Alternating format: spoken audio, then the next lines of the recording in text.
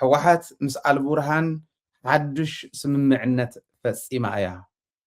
ነዚ ንምፍፃም ነዚ ንምትግባር ሰራዊት እውን ትሰደደላ እያ ዝብል ሓድሽ ካምፔን ኣብ መብዛሕትአን ናይ ግሊ ናይ ኢትዮጵያ ሚድያታት ፍሉጣት ዩቱበራት ዝበሃሉ ትሪእዎ ኣለኹም ንሪኦ ሓዲርና ውዒልና ኣለና እዚዩ ኢትዮጵያ ዲፕሎማሲኣ ንምስትኽኻል ናይ ትግራይ ህልውና ኣብ ሓደጋ እንዳኣተወት ከም እትኸይድ ንፈልጦ ዛዕባ እዩ ዝፀንሕሉ እዩ ሓድሽ ኣይኮነን ንሃና ስንፍና እንተዘይኮይኑ እናታቶም ግብረእከ ሕዚ ዝጀመረ ኣይኮነን ሕዝታ ውፅኦማ ዘለው ዜና ፅሙቕ ኣቢለ ኣብ ዝተፈላለየ ሚድያታት ብዝተፈላለየ መንገዲ ተቐሚጡ ዘሎ ሕዚ ፅሙቕ ኣቢለ ከቕርበልኩም ክምኩር እየ ድሕሪኡ ንሕና ከም ተጋሩ ነቲ ከምዚ ዝበለ ከመይ ገርና እንተኸድናሉ እዩ ዝሓይሽ ዝብል ከዓ ናይ ባዕለይ ርድኢት ከቕምጥ እየ ኣብዚ ዘለኹም ቀጥታ ተከታተሉና ካብ ዓዲ ይኹን ካብ ወፃእ ክትኣትዉ እትደልዩ እታ ሊንክ ኣብዚዩ ኣብ ቻት ቦክስ ኣቕሚጠልኩም ኣለኹ መልዓሊኦም ትማሊ ኣብ ሸራሮ ዘጋጠመ እዚዩ ክንዲዚዩ ከምዚ ኮይኖም ዝብል ወረ ዋላ ባዕሎም እቶም ናይ ኢትዮጵያ ሚድያታት ዘውርይዎ ዘለው ኮነ ናይ ባዕልና ዝተጋገዩ ግለሰባት ዘውርይዎ ዘለው ኣግባብ ኣይኮነን ማንም እዚኣ ዝፈልጣ ሰብ የለን ኢለኩም እየ ንድላዮም ይኹን ንዝኾነ ይኹን መንገዲ ንዝኾነ ይኹን ውሳነ ይኹን ትዝወሰንዎ ውሳነ ካብ ቦታ ናብ ቦታ ንምንቅስቃስ ዕለታዊ ስራሕቶም ዝሰርሑ ዝነበሩ ሰራዊት ትግራይ እዮም ወቂዖም እንታይ እዩ እቲ ዝበፅሐ በደል ዝብል ሰራዊት ትግራይ እዩ ዝምልከቶም ኣብ ሰራዊት ውሽጢ ሰብ ክህልወኩም ይኽእል እዩ ቤተሰብ ክህልወኩም ይኽእል እዩ ሓደ እቶም ሰራዊት ዘሎ ሰብ ካብ መን ስለተፈጠርና እዩ ብስሩ እንተነኣሰ ናይ ባዕልና ታሪክ ምስትዋስዱ እንዳኣበየና ዘብል መንገዲ ኣሎ እቲ ቀደም ሓውን ሓፍትን ክልቲኦም ሰለልቲ ኮይኖም ናይ መረዳእታ ሰባት ገይሩ ወያነ ሰሪዕዎምስ ስርዓት ናይ ውሽጢ ኮይኖም ክልቲኦም እኳስ ዘይፋለጡሉ ነይሩ ሓውን ሓፍትን ኣደን ወድን ኣደን ጓልን ኣቦን ወድን ኣቦን ጓልን ዘይፋለጡሉ ነይሩ ሕዚ ኣውስትራልያ ዘለዎ ቤተሰብ እንተሃልዩ ወይ ኣሜሪካ ቤተሰብ እንተሃልዩ ኣውሮፓ ቤተሰብ እንተሃልዩዎስ ደው ኢሉ በኋላ ማዓንቲ ከምዚ ወፂሑ ኢሉ ዝዛረብ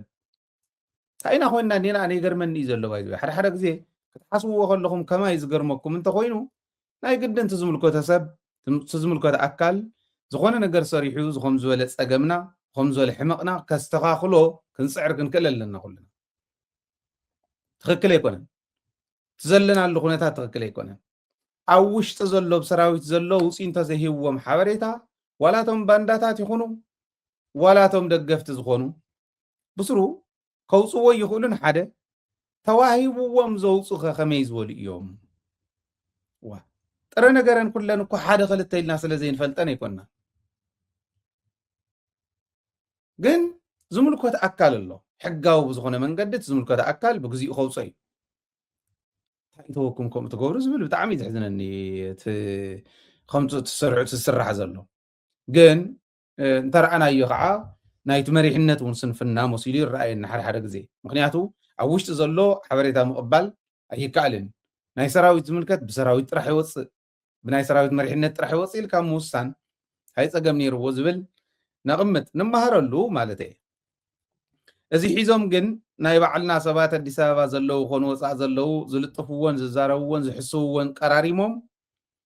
እቶም ናይ ፕሮፓጋንዳ ሓይልታት ናይ ብልፅግና እቲ ናይ ፕሮፓጋንዳ ከይዲ ከመይ ይቃነ ዝብል ባይዘወይ ቃንዮም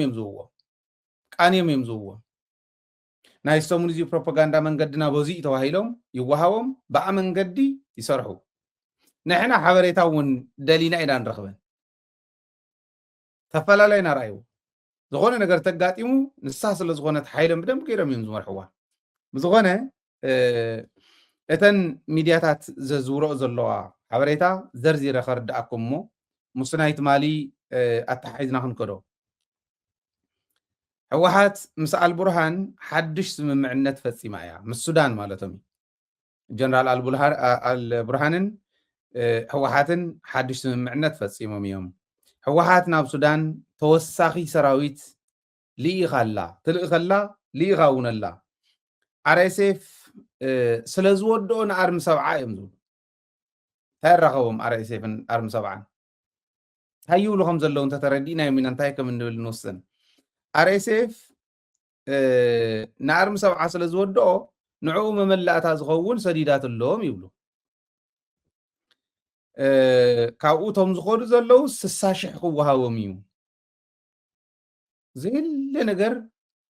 ካበይ ምፅኦም ከም ዝፅሕፍዎ እውን እዩ ዝገርመኒ ግን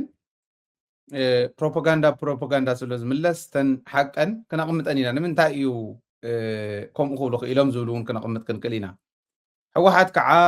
ብጣዕሚ ብዙሕ ዝበሃል ገንዘብ ክወሃባ እዩ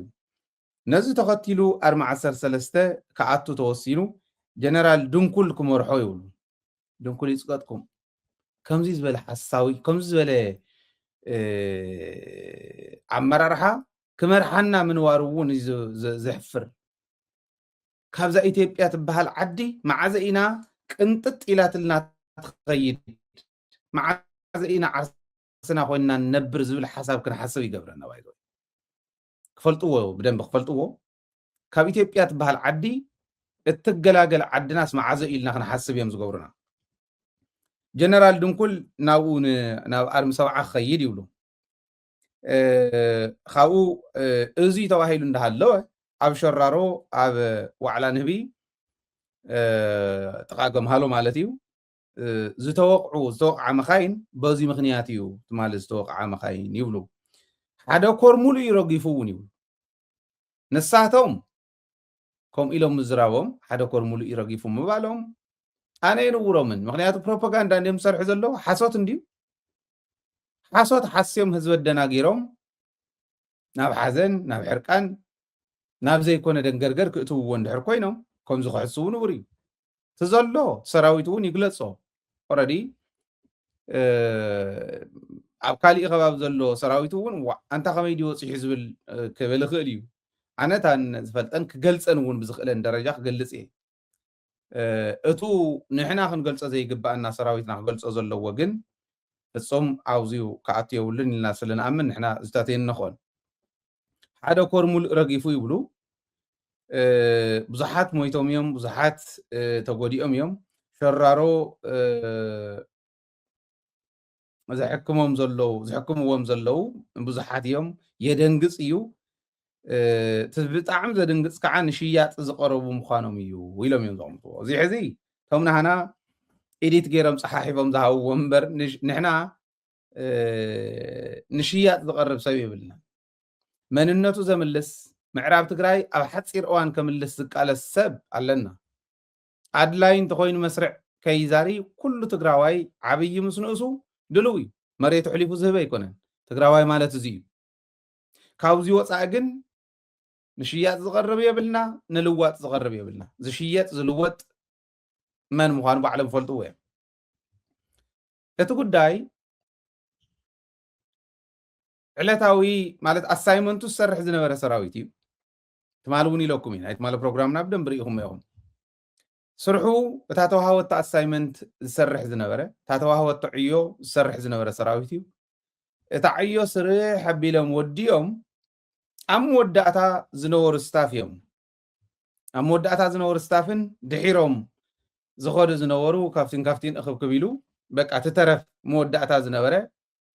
ናይ መወዳእታ መኻይን እየን ተንተወቕዓ ብርግፅ 5 እየን ተነኺአን 5 መኻይን እየን ተወቂዐን ገሊአን ሽንጣፍ እዩ ተን 3 ሽንጣፋት እየን ተን 2 እየን ተወቂዐን ደጋጊሞም እዮም ወቂዖም ሓደ ጎደሎ ብዚ ዝሪኦ ኣነ እንተናእሰ ሓደ ግዜ ክትወቅዕ ከላ ካልኣይ ግዜ ክትወቅዕ ከላ ሳልሳይ ራብዓይ ክትወድቕ ነይርዋ ንሳድያ ወዲቓ ኣብ ካሊእ ቦታ ገለ ዝብልቲ ናይ ማሕበራዊ ሚድያ ጉያ ዘይተረጋገፀ ነገር ብዙሕ ተዘይንዛረብ ዝሓይሽ ባህሊ እየ ተዋና ነገር ኣብዚ ጉድለት ዝረኣኽዎ ከም ሓደ ዜጋ ጉድለት ኢለ ዝብሎ ክንዶ ዝኣክል ክደጋግም ከላሲ ካብ ባህር ዳር እንድያ ትመፅእ ካበይ ከም ተላዕለት ትማሊ ብጭብጢ ኣቕሚጥና ኢና ዋላ ቅፅዓት ተድልዩን ክንቅፅዓሊ ኢና ብርግፅ ወታደራዊ እቲ ጉዳይ ዜና ካብዚኣ ተላዒላ ኢልካ ምቕማጥ ናይ ሚድያ ሓላፍነት ዋላ እንተኾነ ግን ወታደራዊ ዝኾነ ነገር ስለ ዘለዎ ባዕሎም ተዘውፅዎ ፅቡቕ ነይሩ ካብዚኣ ተላዒላ ዝብል ኣብቲ መግለፂ ናይ ሕወሓት እውን ኣይሰማዕኹን መግለፂ ሕወሓት እውን ሪኢኹሞ ትኾኑ ኢኹም ኣብኡ ይሰማዕኹን እየ ብዝኾነ ግን ካብ ባህር ዳር እያ ተላዒላ ኣብ ባህር ዳር ኣብ በላይ ዘለቀ ኤርፖርት እየን ነረን ድሮን ሱዳን ዝወቕዓ ዝነበራ ሕዚ ብህፁፅ ይሰራሓሉ ተባሂሉ ናይ ድሮን ስቴሽን ኣብ ፀግዒ ናይ በላይ ዘለቀ ኤርፖርት ሰሪሖሙለን ካብኡ እያ ተላዒላ ካብኡ ተላዒላ እያ 7 ግዜ 6 ግዜ ተመላሊሳ እስካዕ ትወቅዕ ሰቕ ክበሃል ኣይነበሮን ሓደ ስኢልካ ከምዚ ዓይነት ነገር ክፍፀም ከሎ መልሲ ብእዋኑ ዝምጥኖ መልሲ እንተዘይተዋሂብዎ ብዙሕ ነገራት ከምፅእ ይኽእል ኢና እሱታት እንዳሕራይ ከይድገም ዝብል ነቕምጠሉ ሓደ ኮር ሙሉእ ይረጊፉ ማለት ግን ፕሮፓጋንዳ ናይ ኢትዮጵያ ስለ እንፈልጦ እምበር ከድንግፁ ህዝቢ ከደናገሩ ዝብልዎ እዩ ከምኡ ኣይኮነን ተወሰኑ ሰባት ተወቂዖም እዮም ምንም ጥርጥር የብሉን ኣብቲ መግለፂ ናይ መንግስቲ ትግራይ እውን ቁፅሪ ዘየቐመጠ እምበር ዕለታዊ ዝገብር ዝነበረ ሰራዊት ጨፍጨፎም እዮም ኢሉ ኣቕሚጡ እዩ እዚዩ ሕዚ ስለ ውዕል ፕሪቶርያን ስለ ካሊእ እንዛረበሉ ኣይኮነን ኢትዮጵያ ዕላው ዝኾነ እቶም ሕልፍ ሕልፍ ኢሎም ዝፍፀሙ ዝነበሩ ኩናት ናይ ምልዓል ድልየቱ ዕላው ብዝኾነ መንገዲ ዕለታዊ ምንቅስቃስ ይገብር ኣብ ዝነበረ ሰራዊትና ከምዚ ዓይነት ጨፍጫፍ ወሪዱ ኣሎ እዚ ሕዚ ክሕርነና እዩ ዝግባእ ምንም ጥርጥር የብሉን ሓረን ሰራዊትና ኣብ ምንታይ ደረጃ ወፂሑ ከም ዘሎ ብእዝነይ የሰሚዐዮ ነቲ ካሊእ መንእሰይ እውን ኦረዲ ዓዲ እዚኣ ትግራዋይ ካብ ገፀ ምድሪ እንተየጥፍአት እትዓርፍ ዓዲ ከም ዘይኮነ ተረዲእዎ እዩ ትግራዋይ ብከምዚ ዝበለ ብደንቢ እዩ ዝርድኦ ስለዚ እቱ ሓደ ኮር ከምዚ ገይሮም ኩሉ እዩ ከምዚ ኢሉ ገለ ዝብል ኣይትሕሰብዎ ከምኡ ኣይኮነን ሓንቲ ድሮን እያ መኻይን እያ ወቂዓ ኣብኣ ዝነበሩ ዝተወሰኑ ተጎዲኦም እዮም ተወሰኑ ምሊጦም እዮም እተን ሽንቅፍቅፍ ዝበላ ሰለስተ እውን ሽንቅፍቅፍ እየን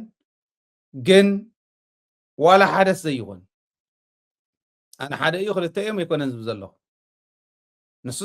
ሰራዊት ትግራይ ብእዋኑ እንተኾነ ሎማዓንቲ ንሕና እውን ክንድውል ኢና ኣትማሊ መሹ ስለ ዝነበረ እዩ ባኣና ግን ዋላ መሹ እውን ረኺብናዮም ኢና ንገሊኦም ነቶም ዝምልከቶም እንብሎም ረኺብናዮም ኢና ተመረዳእታ ረኺብና ድሓር ግን ሎማዓንቲ ምናልባሽ ምስ ተስኡ ዕርዮም ናብ ስራሕ እውን ምስ ኣተው ካብቶም ወሃብቲ ቃል ክንረኽቦ ኢና ዝብል እምነት ኣለኒ እንተኾነ ቀሪቦም ሕፅር ዝበለ መልእኽቲ ይሕልፉ ንህዝቢ ምክንያቱ ህዝቢ ክደናገር ስለ ዘይብሉ ቃልሲ እዩ እንደውም ፅቡቅ ጀሚሮም ኣለዉ መስዋዕትነት ከፊልና ኣለና ጀሚሮም ኣለዉ ኣብታ ጥቃ ምዕራብ እዮም እኒው ሰራዊትና ይእተው ናብ ምዕራብ ተም ተሰውኡ ቶም ዋጋ ዝኸፈሉ ጀጋኑና ንሱ ይሕዝን ግን ንመስዋዕት ዝወፅ እዮም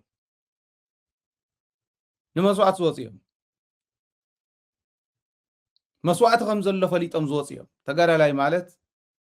መጉዳእቲ ከም ዘሎ ፈሊጡ ቃሬዛ ዝሕዝ ቃሬዛ ተሸኪሙ መሸከሚኡ መቕበሪኡ ሒዙ ዝኸይድ ጎይ ክንዱ ዝኣክል ቫልዩ ዘይሃብናዮም ምዃንና ንተጋደልትና እዩ ዝሕዝነኒ እምበር መስዋዕቲ ኣጋጢሙ መቑሰልቲ ኣጋጢሙ ዝብል ዋላ እንተ ሓዘንካ ንሱ ከም ዘሎ ፈሊጥካ እዩ ዝኽየል ኣብ ትግራይ ክሕዝን እንተኮይኑ ነቲ ከምዚ ገይሩ ተሰዊኡ መንነትካ ዘኽብረልካ ክንዱ ዝኣክል ክብሪ ዘይመሃብና እዩ ኣብኡ ንጠንቀቕ ንድሕሪ ሕዚ እውን እቶም ከምዚ ገይሮም በዲሎም ህዝቢ ትግራይ ስርሑ እንዳሰርሐ ዘለሉ መሬቱ ተወሪሩ ካልኦት ፀገማት እንዳበፅሑ እንዳሃለዉ እዚ ይኽኢሉ ካብ ምንቅስቃሱ እንዳገበረ እንዳሃለዉ ፈርገፅ ኢልኩም ኣይትንቀሳቀሱን ኢሉ ዝሕፀላእ ግን ትግራይ እንተይጠፍአት ክነብር ኣይክእልን ኢሉ ትግራይ ናይ ምጥፋእ ስትራቴጂኦም እዮም ሒዞም ዝኸዱ ዘለዉ ስለዚ ብዋናነት እቱ ናይ ፕሮፓጋንዳ ከይዶም ፕሮፓጋንዳ እዩ ንሪኦ ኣለና ንከታተሉ ኣለና ንመልስ እውን ኣለና እዚ ፕሮፓጋንዳ እዩ ኣጥቂዖም እዮም ወቂዖም እዮም መንግስቲ ትግራይ እውን ኣብ ሰራዊትና ጉድኣት ኣብፅሖም እዮም ኣብ ንብረትን ኣብ ሂወትን ጉድኣት ኣብፅሖም ዝብል ኣውፅኡ መግለፂ ከምኡ እዩ ዝብል ሃይለ በይነይ ዝብሎ ዘለኹ ኣይኮነን ግን ከምቲ ዝብልዎ ዘለዉ ኮር ተወዲኡ ዝብል ግን ብሓንቲ ድሮ እንዲኻ ኮር ትውድእ ከምኡ ዓይነት ናይ ድንቁርና ስርሖም ብርግፀኝነት ነዚ ኦፕሬሽን እዚ እዩ ማይ ንህብ እንድዩ ኦፕሬሽን ማይ ንህብስ ይኹን ኦፕሬሽን ሸራሮስ ይኹን ኦፕሬሽን ዝኾነ ኮይኑ እዚኣ ዕፅፍቲ ዓፃፀፍ ገይሩ ከፍላ ከም ምኳኑ ተጋዳላይ እውን ዝብሎ ዘሎ እዩ ንዓይ እውን ዝስማዓኒ ንሱ እዩ ናይ ትግራይ ታሪክ ናይ ተጋደልቲ ትግራይ ታሪክ እውን ንሱ እዩ ንሱ እዩ ኣብ ዝቕፅሉ መዓልትታት ክንሪኦ ኢና እቲ ጀነራል ድንኩል ናብ ምዕራብ ከይዱ ናብ ግዛዕ ናብ ሱዳን ከይዱ ዝብል ምዕራብ ትግራይ ከም ዝኣትዉ ኣይጠራጠረን ተና ታናቱ ኣርሙ እውን ብገፅ በዚ ናይ ሰሜን ምዕራብ ትግራይ ናብኡ ገፅ ስለ ዘላ ናብኡ ከኣትዉ ምዃኖም ፈሊጦም ደኾን ይኾኑ ከምኡ ዝብሉ ዘለዉ ክብል ክእል እየ ምዕራብ ትግራይ ግን ከምኡ ከም ድንኩል ካልኦት ድንኩል ዝበሃሉ መራሕቲ እኮ ኣለውዎ ተኣምር ዝሰርሑ መራሕቲ ኣለውዎ ኣርሚ ሰብዓ ስለዚ ናብኡ ምኻደ የድልዮን ንሱዳን ምኻደ የድልዮን ብዋናነት ንሱ ዝሰርሖ ግን ኣብ ሓፂር እዋን ምዕራብ ትግራይ ከም ዝምለስ ስለ ዝፈልጡ እውን እዮም ዝዕግርግሩ ዘለዉ ንሱ ከም ዝገብረ ይጠራጠረን መንግስቲ ትግራይ እንታይ እዩ መግለፂ ኣውፅዎ ዘሎ ዝብል ንርኣዮ ምስ ትሕዝ ዝብሎ ዘሎ ኩነት ተሓዞ ተመሊስና እዚኣ ገምጊምና ናፍተን ካልኦት ክንሓልፍ ለው መንግስቲ ትግራይ ዝተዋሃበ እዋናዊ መግለፂ ስርዓት ብልጽግና ሕዚ እውን ኣብ ትግራይ ደብዳብ ድሮን ብምክያድ ኣብ ልዕሊ ህይወትን ንብረትን ጉድኣት ተብፂሕሎም ስርዓት ብልጽግና ህዝቢ ትግራይ ንምጥፋእ ጀኖሳይድ ኣዊጁ ኣብ ልዕሊ ብሚልዮናት ዝቁፀር ህዝቢ ሞት ምጉዳል ኣካል ስደት ምፍንቓል ማሕበረ ኢኮኖምያዊ ዕንወት ወዘተ ምፍጻሙ ከይዕገቦ ኣብ ቅድሚ ማሕበረሰብ ዓለም ንዝፈረሞ ስምምዕ ፕሪቶርያ ብምፍራስ ብኹናት ንዘይዛዘሞ ዕላምኡ ኣጠናኺሩ ብምቕጻል ትግራይን ህዝባን ንምንብርካኽ ኩሉ ዓይነት ግፍዕን በደልን ክፍጽም ጸኒሕነሎን ህዝቢ ትግራይ እንተየጥፋእኹ ኣይድቅስን ኢሉ ኩሉ ዓይነት ግፍዕታት ዝፍጽም ዘሎ ስርዓት ብልጽግና ናብ ሎሚ ኣብ ዘውግሕ ለይቲ ኣብ ዞባ ሰሜን ምዕራብ ትግራይ ኣብ ከባቢ ሸራሮ ደብዳብ ድሮ ብምፍጻም ኣብ ዕለታዊ ስርሖም ኣብ ልዕሊ ዝነበሩ ኣባላት ሰራዊት ትግራይ መጉዳእቲ ህይወት ኣካልን ንብረትን ኣብፂሕሎም እዚ ስርዓት ቅድሚ ሕዚ እውን ንስምምዕ ፕሪቶርያ ብምጥሓስ ኣብ ዝተፈላለዩ ከባቢታት ትግራይ ኣብ ልዕሊ ሰላማውያን ሰባት ደብዳብ ድሮን ፈጺሙ እዩ ኣብዚ ሕዚ እዋን ሉዓላውነትና ተወሪሩ ህዝብና ካብ መረበቱ ተሰዲዱን ተፈናቒሉን ዝዓነወ ማሕበረ ኢኮኖምያዊ ትግራይ ከይሓዊ ገይሩ ኣብ ልዕሊ ህዝቢ ትግራይ ንዝተፈጸመ ጀኖሳይድ ፍትሒ ተሳኢኑ ስርዓት ብልጽግና ኣብ ልዕሊ ግፍዒ ካልእ ተደራቢ ግፍዒ ብምፍጻም በጀት ነዳዲ መድሓኒት ጥረ ገንዘብ ወዘተ ዓፂኡ ከንበርክኾ ንዘይከኣለ ህዝቢ ብቕሉዕ ዳግማይ ወራር ከጽንቶ ይዳሎ ከም ዘሎ ዝፍለጥ ኮይኑ ነቲ ፍሹል ሰይጣናዊ ባህጉ ኣጠናኺሩ ቀጺሉ ኣሎ ስርዓት ብልጽግና ኣብ ልዕሊ ትግራይ ዳግም ዝውልዖ ዘሎ ኩናት ብግልፂ ዘረጋግጾ ሓቂ እንተሃለወ እቲ ስርዓት ካብ ኩናት ወጻእ ክነብር ዘይኽእል ምዃኑ እዩ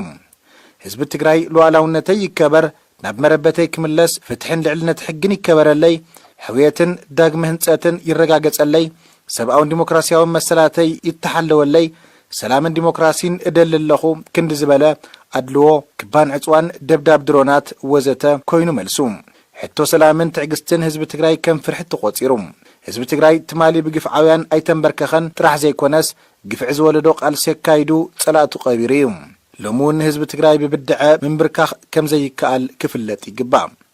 በዘጋጣሚ ነቲ ሎሚ ዝተፈጸመ ደብዳብ ስዒቡ ጽኑዕ ተቓላሳይ ህዝቢ ሸራሮን ወረዳ ታሕተይ ኣድያቦን ንዘረኣዮ ድጋፍን ሕራነን መንግስቲ ትግራይ ዘለዎ ናዕዳ እናገለጸ መላእ ህዝብና ሕዚ እውን ሓድነትካ ብምስጣምን ውዳበታትካ ብምጥንኻርን ኣብ ጎኒ ዓቕምታት መኸተ ትግራይ ዓሲልካ ንምውሓስ ህልውናናን ሉዓላውነትናን ብጽንዓትን ሓድነትን ከም እትቃለስ ብምትእምማን እዩ ኣብ መወዳእታ ስርዓት ብልጽግና ኣብ መላእ ኢትዮጵያ ከፊትዎ ዘሎ መዕነዊ ኩናት ከይተገተአ ህዝብን ዓድን ናብ ዝኸፍአ ጥፍኣት ብምእታው እዚ ዞባ ናብ ዘይዛርቅ ቅልውላው እየእትዎ ከም ዘሎ ማሕበረሰብ ዓለም ተገንዚቡ በኣጋ ስጉምቲ ንኽወስድ በዘጋጣሚ ንተሓሳስብ ክብርን ሞጎስን ንጀጋኑ ስዋዕት ትግራይ ብሔራዊ ክልላዊ እዮም ኣነ እንደም ገሪም እንትኽልል ክንደይ ናይ ዝኣክል ኣብቲ ፌደሬሽን ኣለና እዩ ዝብል ኮት መልሲ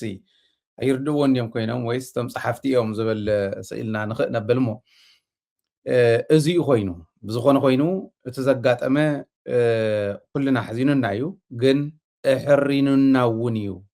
ምንም ጥርጥር የብሉን ኣብ ሓፂር እዋን መሬትና ኣምሊስና ላዕላውነትና ኣኽቢርና ብተግባር ክንሪኦም ከም እንኽእል ኣይጠራጠረሉን እየ ኣብዚ ምስ ዘተሓሒዞም ሰለስቲኦም ከዓመይሶም ብርግፅ ፅንሕ ኢሎም ዘቕርብዎ ካሊእ ዘረባ እውን ኣሎ ሰለስቲኦም እዚኦም ኣብ ውሽጢ ፋኖ ኦላ ምስ ሕወሓት ኮይኖም ሕወሓት እንዳማእኸለቶም ናይ ፋኖን ናይ ኦላን መራሕቲ ኣብ ትግራይ እንዳሰልጠኑ ፖለቲካሊ ይስልጥኑ ወታደራዊ ስልጠና እውን ይውዎም ስለዚ ኣብ ትግራይ እንዳሰልጠኑ ናይ ሓባር ናይ ውሽጢ ዓዲ ፅምዶ ከዓ ፈጢሮም ኣለዉ ብደገ ዝድግፍዎም ኤርትራን ሱዳንን ግብፅን እዮም ይብሉ እዚ ኣብ ኣደባባይ ብርሃኑ እውን ተዛሪብዎ እዩ ብፅሑፍ ከዓ እዘን ሚድያታት ናይ ኢትዮጵያ ዝበሃላ ብፍላይ ናይ ግሊ ዝበሃላ ሒዘንኦ ዝኸዳ ዘለዋ እዩ ኣነ እንተዝኾነለ እየ ዝመርፅ ኣበይ እሞ ሕወሓት ከምኡ እሞ በይ ጌራ እንተትገብር እንተትሰርሖ ነይራ ብጣዕሚ እዩ ግርም ነይሩ ንፋኖን ንኦላን ጥራሕ እንተይኮነ ናይ ሲዳማ ናፅነት ግንባር ኣሎ ናይ ጋምቤላ ናይ ቤንሻንጉል ናይ ሶማልያ ናይ ዓፋር ናይ ኣገው ናይ ቅማንት ናይ ኣምሓራ እዚኣቶም ኩሎም ደጊፍካ ዝከኣል እንተዝኾን ደጊፍካ ሓራ ንውፃእ ሓቢርና ናፅነትና ነረጋጊፅ ሓቢርና ኢልካ ምኻድ ነውሪ የብሉ እንተትገብሮ ግርም ነይሩ ግን ሕዝቲ ካምፔይን ክልተ ነገር ስለ ዝፈልጡ እዮም ከምኡ ዝገብሩ ሓደ ስለ ዝፈርሑ እዩ ናይ ትግራዋይ ሓይሊ ናይ ትግራዋይ ቅልፅም ስለ ዝፈልጥዎ ንትግራዋይ ዘለዎም ስግኣት እዮም ዝገልፁ ዘለዉ ዝኾነ ነገር ድንፍዕ ዝበለ ትርር ዝበለ ስጉምቲ ተተወሲድሎም ብፋና ይኹን ብኦላ ይኹን ብካሊእ ወያነ ኣለዎ ይብሉ በቃ ዝኾነ ናይ ወያነ ሰብ የሰልጥኖም ኣለዉ ኣብኡ ከይዱ ይብሉ ኦነግ ተቐደም ብደርጊ ግዜ ንኦነግ ከሰልጥኑ እንታይ ዝመሰሉ መላምል ጀጋኑ ሰዲዶም እዮም ሕወሓት ከምኡ ገይሮም እዮም ዘስልጥኑ ዘለዉ ሕዚ ኢሎም እዮም ዝሓስቡ ምክንያቱ ብርሃኑ እውን ባዕሉ ይዛረብ ስለ ዝነበረ ፅምዶ ፈጢሮም ሕዚ ከይመስለኩም የ1960ዎቹ ነው ገለ ይብል ነይሩ ስለዚ እቲ ሓደ ስግኣት እዩ እቲ ካልኣይ ዝፈልጥዎ እንታይ እዩ ትግራይ ብፍላይ መራሕቲ ትግራይ መራሕቲ ሕወሓት ከይብሉ ንዝበሃል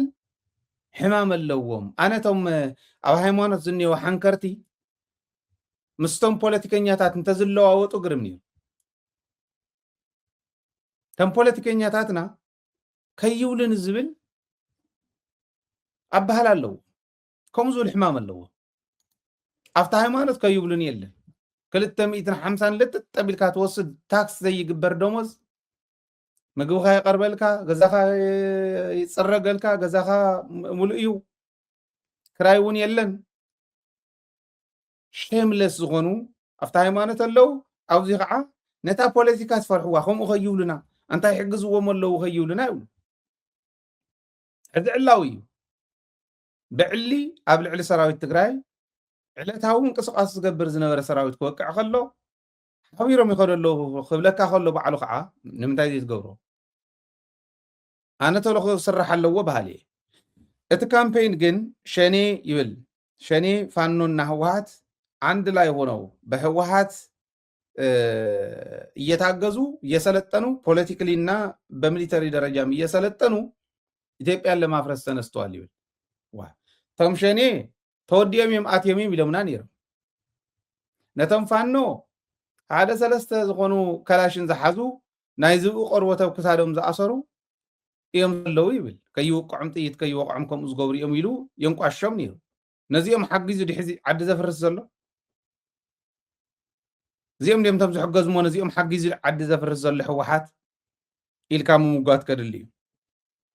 ግን ክግበር ኣለዎ ከይብሉን ኢልና ከይንገብሮ ምእንታን ክንሓፍር ክንሰግእ ምእንታን ሓሲብና እንተ ነርና እውን ከይብሉና የብካ ዘይጥርጥሩና ዶ ኢልካ ንክግደፍ ተባሂሉስ ከምዚ ዓይነት ፕሮፓጋንዳ ይሰርሑ ማለት እዩ ትግራዋይ ክገብሮ ድየ ይገብሮን ንሪኦ ድሕሪ ሕዚ ንድሕሪት ምባል የለን ግን بطعم زقرم زينا خعاخ نقرأكم بتحرقس هذا ملو تقرأي يوري والله تمسكن داويتون حنت فيديو صريح سديد ليلو فانون تي دي اف انت وايسوم زغونو مراحتنا يفانون اب تقرأي كيدوم نيروم دحر كم زبارة تواهيلهم حوحات بزدلية تاخد قدي كعلون تيام كعا كسمع معي كعلون دحر ننوع علم يبقى له يبلو እዚህ ተመስገኑ ሙሰሪ ይሉ ጽግና ሰራዊት የታሰበ አንድ ፊልም አለ ማለት ሊለቀቅ የታሰበው አንድ ፊልሙ ምንድነው? ትዲኤፎች የአማራ ጀግናው ፋኖ ግጭት ፈጠሩ እና ተታኮሱ፣ ተገዳደሉ ምናምን የሚል አዲስ አክሽን ፊልም ለመስራት ዝግጅት ላይ ናቸው እና የአማራ ህዝብ ከጎኑ የትግራይ ህዝብ የፋኖ ኃይል ከጎኑ ከቲዲኤፍ የቲዲኤፍ ኃይል የአማራ ፋኖ ጎን መሆኑን በዚህ መንገድ ማሳወቅ እንፈልጋለን። የብልጽግና ድራማ ያው በቅርቡ ይለቀቃል። አማራና ምንድነው የሚባለው የፋኖ ኃይልና የቲዲኤፍ ኃይል ተጋጭተዋል፣ እንደዚህ ሆነዋል ምናምን የሚል አዲስ ፊልም ስለሰራ ነውና አስቀድሜ ለማሳወቅ ነው እና እነዚህ ሰዎች ብዙ ነገር ማለት ይጀምራሉ ከእንግዲህ። ምክንያቱም ግንኙነቱ ህዝብ ለህዝብ ግንኙነቱ እየጠነከረ ስለሚሄድ ስለዚህ ስላሰጋቸው ሌላ ፊልም እየሰሩ ስለሆነ እና ግንኙነታችን ማንም አይበጥሰውም። ማንም ማለት ነው የመጣ ኃይል የሆነ ምድራዊ ኃይል የኤርትራ ኃይሎች፣ በትግራይ ኃይሎች፣ በሱዳን ኃይሎች፣ በአፋር ኃይሎችና በአማራ ኃይሎች፣ በሌሎች ወንድሞቻችን በኦነግ ኃይሎች መካከል ያለው ግንኙነት ማንም አይበጥሰውም እና የብልጽግና ሰራዊት ግን መሀላችን ላይ የሆነ እንደዛ አይነት ፈጥሮ ግጭት መሀላችን ላይ የሆነ ነገር ሙከራ ማለት ነው እሱን ለማድረግ ዝግጅት ላይ ነው። እኛ ደግሞ ቀድመን እየተናገርን ነው። ያው ፍቅራችን ስትራግላችን ለአንድነታችን ለሰላማችን ነውና ሁላችንም አብረን ለዚህ ኃይል መታገል ነው ያለብን። ይሄ ኃይል የሆነ ሌላ ኃይል ነው። ብልጽግና የሚባል የባዕድ ኃይል ነው። ኢትዮጵያውያን ለማጥፋት ሙስሊሞች፣ ክርስቲያኖች፣ ሁሉም የሃይማኖት ድርጅቶች የሃይማኖት ነክ የሆኑ ሁሉም ለማጥፋትና የራሱ የሆነ ብልጽግና የሚባል ሃይማኖት ለመትከል የሚንቀሳቀስ ኃይል ነውና ሁላችንም አብረን ለዚህ ኃይል ማስቆም አለብን። ኩልኻ ትዲኤፍ ኮነ ኩልኻ ዘለኻ እዚ ነገር እዚ ነቂሕኻ ክትከታተሎ እሳቶም እውን ዝሓስብዎ ዘለው እዚ ኣብ መንጎ ፋኖን ትዲኤፍን ከምዚ ዓይነት ግጭት ተፈጢሩ ኢሉ ዝኾነ ድራማ ለምስራሕ ይዘጋጀሎ እዩ ተሓይሊ። ስለዚ ቀዲምና ፈሊጥና ኩልና ፋኖ ሓውና ምዃኑ ምሳና ኣካል መቃልስትና ምዃኑ እዚ ናይ ፅንተት ሓይሊ ብልፅግና ዝበሃል ካብ ቦትኡ ንምንቃል ዞር ንምባል ሓቢሩ ዝቃለሰና ሓይሊ ምዃኑ ተረዲእና ብብልፅግና ዝስርሑ ድራማታት ኩሉ ከየደናጉርና ቀዲምና ክንዘጋጀ ይግባእ ልብል መልእኽቲ ንምትሕላፍ እዩ። ፅቡቅ የቕኒየልና ሕዚ ፋኖን ቲዲኤፍን ተዋኣሱ ኣጀንድኡ ኮይኑ ይኮነን ዘየለ ነገር ፕሮፓጋንዳ እንዳተሓይሎም እከለን ኣባኢሶም ምፍታ ማእኸል ይኣትዉ ኢሎምና መምህር ገብረ ኺዳን ቀዲሞም ነጊሮምና እዮም። ደጋጊመ እዩ ዘርእየኩም ናታቶም ዓቕሚ ፕሮፓጋንዳ እዩ፣ ሓሶት እዩ። ሓሲኻ እከለን ተባኣስሞ በታ ማእኸል ተኣቱ እያ እታ ጉዳይ። ኣምሓራ ከጥቅዕ እንተኮይኑ ነምሓራ እያን ማእገርን ዝኾኑ ሓይሊ ከርሕቀሉ ኣሎ። ትግራዋይ ከጥቅዕ እንተኮይኑ ንትግራይ ኣያን ማእገርን ዝኾኑ ሓይሊ ከርሕቆ ኣሎ። እዚ እቲ ናይ እቲ ሕዚ ዓዲ የመሓድር ኣለኹ ዝብል ዘሎ ሓይሊ ዓቕሙ እዚኣ እያ። ሓሶት ከዓኒ ክንዲ እምባ ዝኾኑ ሓሶታት ኣልሚድዎም ኣብ ቅድሚ ወዲ ወረደስ ራያ ተፀሪፉ ኢሉ ሓደ ኣነ ኣይዶን ኖ ሰብ እዚዩ ብትክክል ኣይተወለይሎምን ተቃል እምበር ሕማም ዘለዎ ሰብ ይኸውን ፀረ ህዝብነት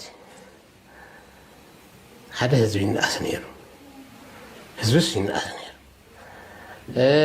ተቃውሞ ራያ ተቃውሞ የቀርብ ኣሎ ዝጀልጃል እሱ ሓቂ እዩ። ሰሚዕኻ? ሰሚዐ ዝጀልጃል طعم استاكوينا هو داتا شرمان كروني حسيني كروني زي الحسنة شيل حلف دور دي نرجع شيل حلف هو جلجل نهزبي تጽبقناتو نودن ጥሩ ሰሚዑ ዝወፅእ ንእሽትላን ናይ እምሮ ሽግር ዘለዎ ጎደና ዝርከብ ኣብ ዝኾነ ይኹን ጎደና ትግራይ ዝርከብ ሰብ እውን እንተሃልዩ ንወደን ጥሩ ሰሚዑ ዝወፅእ ሰብ የለን ካብዙ ሰብኣይ እዚ ንላዕሊ ዝዓበደ ሰብ ስለዘየለ ኣብ ቅድሚ ወዲ ወረደስ ኣብ ቅድሚ ወዲ ወረደን ተጋደልቲ ትግራይን ዝኾነ ከባብስ ዝኸምዚዩ ኢሉ ተፀሪፉስ ዘይዓረምዎ ሓሊፎም እዩ ወደን ጥሩስ ከም ኢሉ ንወዲ ወረደ ክጥቅኖ ወይ ዝኾነ ሰብ ክጥቅኖ እዚ ጀልጃል ኢሎሞ ከምዚኣ ኢሉ ወደን ጥሩ ተዛሪቡስ ዋ ተባሂለ ደ ኢሉ እቲ ንቑሕ ህዝቢ ራያስ ወደን ጥሩ በዛ ሕዝቢ ተዛረባ ዝርብሻ ጫቆት ካብ ገዛ ከተውፅእ ዘይትኽእል ዘረባ ንህዝቢ ራያ ታሊልያ ከቃልስ ናብ ግዛዕ ከውፅእ ኮይኑ ተህዝቢ እኮ ደቂ ደቁ ክኾኑ እዮም ብዕድመ እቶም ዘመሓደርዎ ብርግፅ ግን መናእሰይ እዮም ማለት እየ ግን ሽሕ ዕፅፊ ካብ ወዲ ወረደ ካብ ወደን ጥሩ ንላዕሊ ሽሕ ዕፅፊ ተቃለስቲ እዮም ዘመሓደርዎ ኣለማጣ ዘመሓደር ካልኦት ዘመሓደር ኣብቲ ዞባ እውን ዘለው ረኣይዎም ነዚኣቶም እዚኦም ዘመሓደርዎ ህዝቢ እሞ ከዓ ትንቑሕ ህዝቢ ትግራይ ህዝቢ ራያ በዚ ሕዚ ዝተዛረባ ገይሩ ሰታሊሉ ከውፅእ እያ ምስኪናይ እሞ ኢማጅን ኣብ ቅድሚ ወዲ ወረደስ ዝኾነ ከባቢ ዝኸምዚኡ ኢልካ ፀሪፍካ ዘየስተኻኸሎ ሓሊፉ እዩ ዝብለና ዘሎ ወደን ጥሩ እዩ ብከምዚ ዓይነት ዝኸድ ዘሎ ማለት ኢትስ ሼም እኮ በቃ እዞም ሰባት እዚኦም ሰብ ኮይኖም ክኸዱ ድዮም ሰብ ህዝቢ ትግራይ እንዳርኣዮም ኣብ ዝኾነ ጎደና ኣብ ዝኾነ ሻሂ ቤት ሕልፍ ከምዚ ክሓልፉን ከግድሙን ዶ ይኽእሉ ይኾኑ እዚኣልካ ትዝረብ ዝረኣኽቦኡ ፀረ ህዝብነት ኣብቶም ተጋደልቲ ዝነበርዎ እዩ ዝብል ዘሎ ባይዘወይ በቃ ፀረ ህዝብነት ነይሩ ራያ ሕቶ የቕርበሎ ተተባሃለ ዝጀልጃል ያዝዩ ኢሎሞ ኣብ ቅድሚ ተጋዳላይ መግደፎ ዝኾነ መንእሰይ ትግራይ ዝኾነ ትግራዋይ ኣብ ዘለዎ መድረኽ ፊረ ከምዚ ይብለሎ ተተባሂሉ ዝኸምዚዩ ራያ ከምዚ ይብለሎ ዝኸምዚዩ ኢሉ ዝተፃረፈ ትግራዋይ ኣብ ዘለዎስ ከምኡ ኢሉ ተፀሪፉ ኣብ ከምዚ መድረኽ ትግራዋይ ኣብ ዘለዎ መድረኽ ከምኡ ኢሉ ተፀሪፉ ኢሉ ወደን ጥሩ ንኻሊእ ብሄር እውን ክእምነ ይኽእልኒ ትረፍደን ትግራዋይ ከመይ ገይረ ቅድመይ ንዝኾነ ይኹን ኩርናዕ ትግራይ ይፀርፍ ዝኾነ ይኹን ትግራዋይ ኣብ ቅድመይ ክፀርፈ ይኽእል ኣብ ቅድሚ ዝኾነ ይኹን ትግራዋይ እውን ክፀርፈ ይኽእል ከምዚ ዝበሉ ኣብ ጨኹራ ኣነ ዝዛረብዎ ዘይፈልጡ እንተነኣሰ ብዕድሚኦም ደረጃ ክሓስቡ ዘይኽእሉ ብናይ ቃልሲ ደረጃ መግደፍዎ ብዕድሚኦም ደረጃ ክሓስቡ ዘይኽእሉ ሕማቃት ሰነፋት ከም ዝበሉ ወራዳታት ትግራዋይ ክገልፁ ከለዉ ብትግራዋይነት ክፅውዑ ከለዉ ሓፍር እያ ይሕፍር እዩ ብጣዕሚ እዚኦም ሒዞም እዮም ሕዚ እምበኣር ፋኖን ቲዲኤፍን ተባኢሶም ዝብሉካ ዘሎ ነዚኦም ሒዞም ማለት ምስ ትግራዋይ ከበኣሱ ኢሎም ሕሰብ ኦሮሚያ ነንባዕሉ ዘባልዑ ዘሎ ኣብይ ኣሕመድ ናይ ባዕሉ ሸኔን ናይ ኦሮሞ ናፅነት ኣርሚ ሸኔ ዝብሎ ንሱ ኣብ ኣምሓራ ነንባዕሉ ዘባልዑ ዘሎ ናይ ኣድማ ብተና ምልሻ ገለ ተኣኪቡ ምስ ፋኖ ይገጥም ነንባዕሉ ይርግፎ ኣለዎ ኣብ ኩሉ ኣብ ትግራይ ከምኣ ክገብር ሞኪሩ ከምዚኦም ዝበሉ ጓሓፍ ወዲ ጓሓፍ ወሲዱ ንዕሙር ሒልዎም ጓሓፍ ዝኾነ ዘረባ ይዛረቡ ተትግራዋይ ይንዕቆም እዚ ሕዝስ መን ኣሚኑ እዚ ናብ ዘለዎ ሰብ ይኽእል ዓሻ እንተዘይኮይኑ ሓራ መሬት ዝኒሄ ሓይሊ ዝመርሖ ዝበሃልስ ወደን ጥሩ እንዲ ሰብ እዚ ናብ ዝመርሐ ኣህዱ እዚ ሰብ እዚ ናብ ዝመርሖ ናይ ሽፍትነት ጉጅለ መን ይኸድ ሰኢሉ ዕርዩ ዝደንቆረ እንተዘይኮይኑ መን ይኸዳ ትግራዋይ እኮ ብሉፅ እሙሮ ኮይኑ ወየ ግዜ ውዲቑና ሕማቕ ኮይኑ እቲ ግዜ ፀገም ናፍቲን ከብሎ ይኽእል ይኸውን እምበር ናብ ከምዚ ዝበለ ውዳበ ከምዚ ዝበለ ሰብ ናብ ዝመርሖ ግን ከም ዘይኽእል ትግራዋይ ርግፀኛ እየ ታስዋይ ዝመፅእ ዘሎ ሕዚ ተብኡ ዝኸደ እውን ይርዮ ዶ ይመፅእ ከም ዝበለ ሓሶት የለን ነዚኦም ሒዙ ሕዚ ተጋርነን ባዕሎም ከባልዑም ድሕር ኮይኑ እዚኡ ክገብረለን ኢሉ ንሱ ኣይኮነሉን እምበኣር ፋኖ ሕዚ ምስ ትግራዋይ ሓደ ኮይኖም ይኸዱ ስለ ዘለው ምዕራብ ትግራይ ክወስዱ እንተመፂኦም ተጋሩ ሓገዙኒ ኢለ ከባልዖም ስለዘይክእል ፋኖ ስለዘይኣመንሉ እዚ ተጋሩ ምዕራብ ትግራይ ከምልስ እዮም ካሊእ ከምልስ እዮም ታዘላ መማረፂት ፋኖን ቲዲኤፍን ይበኣሱ ኣለዉ ኢልካ ህዝቢ ምድንጋር እዩ ኢሉ እዩ ዝኸይድ ዘሎ እዚ ከዓ ይከኣልን ንብሎ ኣለና ተጋሩ ኢና ኣይከኣልን ከምኡ ዝበለ ዓሻ ትግራዋይ የለን ዓሻ ካድለ ንብሎ ኣለና ማለት እዩ እዚ ዓሹ ይድለ እቲ ካሊእ ጉጅለ ጻድቃን ናይ ወደን ጥሩስ ርኢኹም ኣለኹም ጉጅለ ጻድቃን ወረቐት ምድርባይ ጀሚሮም ኣለዉ ሕዚ ርግፀኛ እየ ብቅድሚ ትማሊ ይመስለኒ ተመሊስኩም ረኣይዎኹም ምድላውና ብቅድሚ ትማሊ ይመስለኒ ወረቐት ክብትኑ ባነራት ከስርሑ ርችት ክትኩሱ ጥይት ክትኩሱ መንገድታት ክዓፁ ሓላፍነት ተዋሂብዎ ትማሊ ኣይ ቲንክ ብቅድሚ ትማሊ ወይ ትማሊ ቀትሪ ክሪኣ እየ ክፅሕፈልኩም እየ ብፌስቡክ ፔጅና ኢና ሰሪሕና ገና ሳልስተ ይገበሩ እዚ መፈራርሒ ወረቐት ምፅሓፍ ጀሚሮም እዮም እዚአን ምድርባይ ጀሚሮም ኣለዉ ሕዚ ዘን ወረቐት እዚአን ናይ ጭንቂ እዩ ብዙሕ ግዜ ኢልናዮ ኢና ሎሚ ከም ዓመ ይኮነን ንኣብዪ ኣሕመድ እውን ከም ዓመ ይኮነን ነቲ ካሊእ እውን ሎሚ ከም ዓመ ይኮነን እናወሓዱ ይኸዱ ኣለዉ በዓል ወደን ጥሩውን ይብል ነይሩ ቀዳማይ ደው ኢሉ ናብ ሓደ እንታይ ደኣ ትውድእ ኣለኹም እንዳመንመንኩም ትኸዱ ኣለኹም ይብሎ ናብዞም ይመርሑ ኣለዉ ዝብልዎም በረኻ ዘቕምጥዎም ዓያሹ ከምኡ ይብሎም ነይሩ ሎሚ ከም ዓመ ይኮነን ከም ዝበለ ፅሑፍ እቲ ፅሑፍ እንታይ ዝብል መናእሰይ ትገፉ ዘለኹም ይብል ነዚኦም እዩ ዘፈራርሕ መናእሰይ ይግፈፉ ኣለዉ ኢሉ ስለ ዝሓስብ እዩ ኣምሲሉ ዝፅሕፎ መናእሰይ ትግራይ ግን ገፊጡ ወሲዱ ፈቐዶ በረኻ ኣስፊርዎም ኣሎ ወላ ብዙሓት ይኹኑ ፈቐድኦ ኣስፊርዎም ገሊኦም በዓሶ ይሞቱ ኣነ ዝብሎ ይኮነን ተስፋይ ንጉስ በዓል ይዛረቦ ነይሩ ገሊኦም በዓሶ ይሞቱ ገሊኦም ይጠፉ ብረት ሸይጦም ይጠፉ ንስዑድን ናብ ካሊእን ገሊኦም ሪኦም ክምለሱ እንተበሉ ይትምለሱን ኢሎም ይኣስርዎም ይቕፍድድዎም ይቐትልዎም ከምቶም ዝቐተልዎም እውን ዝኣሰርዎም እውን ኣለዉ እዚ ይገብሩ ሕዚ መናእሰይ ትግራይ ትገፉ ዘለኹም ንሰበ ስልጣን ዓሌታዊ ጉጅለ ይብሉ ናይ መን ዓሌት እንተልካዮም ክምልስዎ ዝኽእሉ ነገር ኣይኮነን ናይ መን ዓሌት እዩ ሕዚ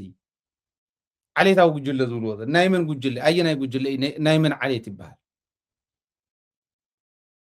ካብ ሰሜን ምዕራብ ዝመፁ በዓል ኪሮስ ጉዕሽ በዓል ዓለም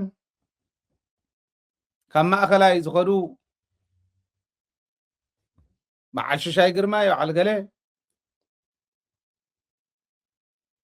በዓል መንጀሪኖ ካብ ምብራቅ ዝመፁ በዓል ተክላይ ገብረ መድህን በዓል ኣማኒኤል ካብ ደቡብ ዝመፁ በዓል ዶክተር ረዳኢ በዓል ዝናቡ ናይ መን ዓሌት ይበሃሉ ዓሌት እንተኮይንና ኩልና ተጋሩ ሓደ ኮይንና ኣለና ማለት ኮይኑ ሓደ ዓሌት እንተኢሎሞ ነዚዩ ተጋሩ ኩልና ሓደ ኢና ማለት እዩ ንሱ እንዳኣልና ንብልና ሓድነትና ኣይትሸርሽሩልና ሓደ ኢት ህዝቢ ንብል ዘለና ንዑ ኮይኑ ስለዚ ሓደ ዓሌት እንተኢሎሞ ናይ ተጋሩ ዓሌት እዩ ካብ ምዕራብ ጀሚሩ በዓል ግደ ዘናው እስካዕ ደቡብ ንኸደ ኣለና ስለዚ ትግራዋይ ሓደ እዩ ትብሉና ኣለኹም በትካሊእ ኣባህላ ሓደ ጉጅለ ኢሎሞ ንሕወሓትስ ዓሌታዊ ጉጅለ ይብልዎ ስለዚ ሓደ ቦ እዮም ወሊዶሙና ማለት እዩ ካብታ ምዕራብ እስካዕ ደቡብ ትግራይ ካብ ምዕራብ ትግራይ እስካዕ ደቡብ ትግራይ ዘሎ ብምሉእ ዘካተተ ካቢኒ ይኹን ማእኸላይ ኮሚቴ ናይ ሕወሓት ሓደ ዓሌት እንተኢሎሞ ኦኬ ትግራይ ከም ዘለዋ ናይ ሓደ ሰብኣ እያ ዓሌት እንተኮይኖም እዚኦም ሓደ ዓሌት እንድሕር ክሓቅፎም ዝኽእል ኮይኑ ንትግራዋይ ኩሉ ዝሓቁፍ ዓሌት እቲ ናይ ሕወሓት ማለት እዩ ተባህሎም ንሱ እዩ እንድሕር ተርጊምኩሞ ብርግፅ ንሕና ከም ተጋሩ ትግራዋይ ዘበለ ኩሉ ሓደ እዩ ስልጣንና ካሊእና ናይ ኩልና ንኩልና ማዕረ ገይሩ ዘገልግል ንኩልና ማዕረ ዝብፅሓና ብሓደ ተቃሊስና ነድሕኖ ከጥፍእዎ ክመፁ ከለዉ እውን እዩ እዚ ንፈልጥ ኢና ነዚኣ እንተኮይኖም ዓሌታዊ ዝብልዋ ኣይፈልጥን ግን ኣብዚኡ የፈራርሑ እዮም ዘለዉ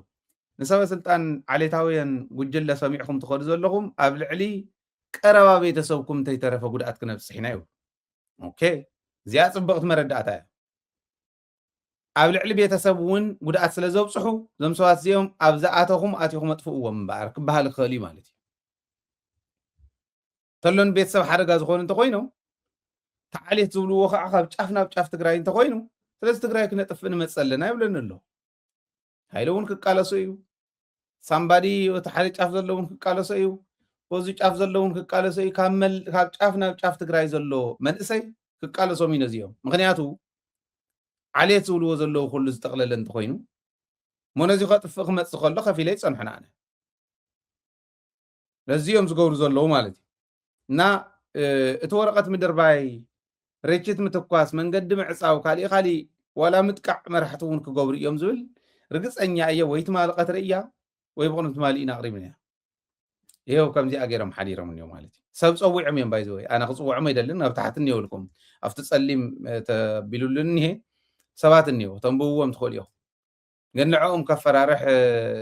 ዝኽእል እዩ ዝብል እምነት የብለየን ገሊኦም ኮሎኔላት እዮም ሞትሪ እዮም ዝመፁ እዮም ስለዚ ብዙሕ ዘስግእ ዋላ እንተዘይኮነ እቲ ድልየቶም እንታይ ምዃኑ ብደንቢ የርእየና እዩ ዝብል እምነት ኣለኒ ምስተውዓል የድሊ እዩ ብደንቢ ጌርካ ዝተውዒልካ ምምራሕ የድሊ እዩ እዚኣቶም እዮም ቶም ተላእኽቲ ናይ ኣብዪ ኣሕመድ እሞ ብደንቢ ፈሊኻ ምውቃዕ ፈሊኻ ምርኣይ እውን ከድሊ እዩ ማለት እዩ